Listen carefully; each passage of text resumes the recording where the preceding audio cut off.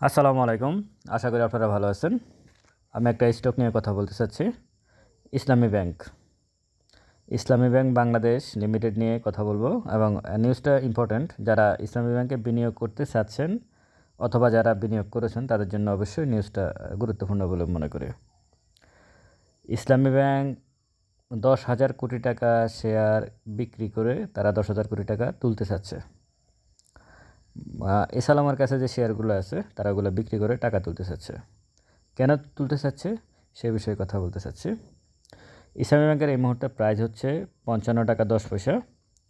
Quarter 3তে তার EPS হচ্ছে -0.55 আর net operating cash flow NOFC -3 টাকা 2 পয়সা। আপনারা এটা খেয়াল করবেন, তার ইপিএসও negative, net operating cash flow negative, মানে তার কাছে টাকা নাই। পার শেয়ার এসে 3 টাকা লসে আছে এই মুহূর্তে ইসলামী ব্যাংক। 1985 সালে শেয়ারটা লিস্টিং হয়। শেয়ারটার ফ্রিড অফ ক্যাপিটাল হচ্ছে 1610 কোটি টাকা আর তার লোন আছে, লং টার্ম লোন আছে 21,137 কোটি টাকা, মানে তার 20,000 কোটি টাকার মতো তার ঘাটতি আছে। রিজার্ভ আছে 5,674 কোটি এবং সে সর্বশেষ 10% ক্যাশ ডিভিডেন্ড দিয়েছে বিনিয়োগকারীদেরকে। দেখেন তার শেয়ারের প্রাইস 55 টাকা 10 পয়সা এই মুহূর্তে এবং সে সর্বশেষ 10% ক্যাশ ডিভিডেন্ড দিয়েছে। প্রাইজের সাথে শেয়ারের খুব বেশি মনে হয় না সামঞ্জস্য আছে। আমার কাছে মনে হচ্ছে অন্যান্য ব্যাংকের তুলনায় তার প্রাইসটা একটু বেশি মনে হচ্ছে ডিভিডেন্ডের তুলনায়।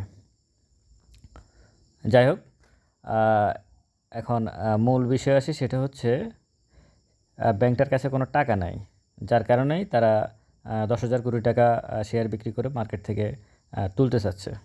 এটা হচ্ছে মূল বিষয়। এটা জানিয়েছেন ব্যাংকের চেয়ারম্যান ওবায়দ উল্লাহ আল মাসুদ। এটা ওনারই বক্তব্য এবং উনি সিকিউরিটি এক্সচেঞ্জ কমিশন থেকে তারা অনুমতিও নিয়েছে।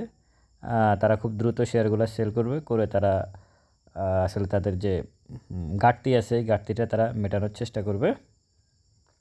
এবং উনি খুব দ্রুত চেয়ারম্যান, ইসলামী ব্যাংকের চেয়ারম্যান ওবায়দুল্লাহ আল মাসুদ, উনি সৌদি আরব যাবেন। সৌদি আরবে গিয়ে সৌদি আরবের ইসলামী ব্যাংক আল রাজি, সৌদি আরবের ব্যাংক এবং ইসলামী ডেভেলপমেন্ট ব্যাংক, এর আগে বাংলাদেশ ইসলামী ব্যাংকে বিনিয়োগ ছিল তাদের, মানে আমাদের যে ইসলামী ব্যাংক লিমিটেড আছে এর মধ্যে ইসলামী ব্যাংক আল রাজি সৌদি আরবের এবং ইসলামী ডেভেলপমেন্ট ব্যাংক সৌদি আরবের, এই দুইটা ব্যাংকের ইনভেস্টমেন্ট ছিল বাংলাদেশের ইসলামী ব্যাংক। পরবর্তীতে যখন ইসলাম এখানে আসছে বা তারা আসলে একটা রাজনৈতিক মানে ব্যাংকটাকে রাজনৈতিক দিক বিবেচনার দিকে নিয়ে গেছে, রাজনৈতিকভাবে ব্যাংকটাকে টার্গেট করা হয়েছে, তখন তারা চলে গেছে তাদের সমস্ত শেয়ার সেল দিয়ে। এখন তারা বর্তমান যিনি চেয়ারম্যান উনি চেষ্টা করবে যে সৌদি আরবের এই ব্যাংকগুলোকে আবারও, মানে তারা পুরাতন বিনিয়োগকারী ইসলামী ব্যাংকে, তাদেরকে তারা যাতে আবারও ইসলামী ব্যাংকে বিনিয়োগ করে এবং ব্যাংকের উন্নতিতে তারা সহায়তা করে।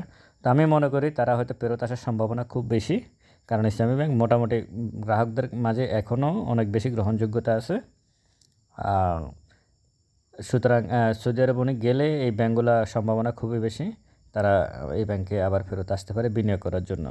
তো সব কিছু মিলে এই মুহূর্তে আমি ইসলামী ব্যাংক নিয়ে এটুকু নিউজ যে শেয়ার বিক্রি করবে, তো 10,000 কোটি টাকা তারা উত্তোলন করবে। তো বিনিয়োগকারীদেরকে আমি যেটা বলবো যে শেয়ারের যে প্রাইস এবং ক্যাশ ডিভিডেন্ড আমি মনে করি যে খুব বেশি অ্যাট্রাকটিভ না এই মুহূর্তে। 55 টাকার বিপরীতে 10% ক্যাশ ডিভিডেন্ড, এবং এই মুহূর্তে আগামী সামনের দিনে তারা কতটুকু ক্যাশ ডিভিডেন্ড দিতে পারে, এটা 23 সালের যে ক্যাশ ডিভিডেন্ডটা, কারণ ডিসেম্বর ক্লোজিং শেয়ারগুলোতে এখনও ডিভিডেন্ড ডিক্লেয়ার করে নাই। তো যেহেতু এবার তাদের হাতে কোনো টাকাই নাই, তাদের ইপিএসে আসছে মাইনাস এবং নেট অপারেটিং ক্যাশ ফ্লো 3 টাকা মাইনাস, তাদেরকে টাকা নেয়, তাহলে তারা আসলে ক্যাশ ডিভিডেন্ড কতটুকু দিতে পারবে এটা দেখার বিষয়। আর শেয়ারের প্রাইসটা আসলে সামনের দিনে কতটুকু সাস্টেন করবে উপরের দিকে যাওয়ার ক্ষেত্রে সেটাও আপনারা চিন্তাভাবনা করবেন। যারা বিনিয়োগে আছেন তারা আসলে সিদ্ধান্ত নেওয়ার সময় যারা বিনিয়োগ করবেন তারা অবশ্যই অনেকবার চিন্তাভাবনা করবেন আসলে এখানে শেয়ারটাতে কতটুকু ইনভেস্টমেন্ট করবেন কি করবেন না। অবশ্যই বাই সেল আপনাদের নিজস্ব সিদ্ধান্ত।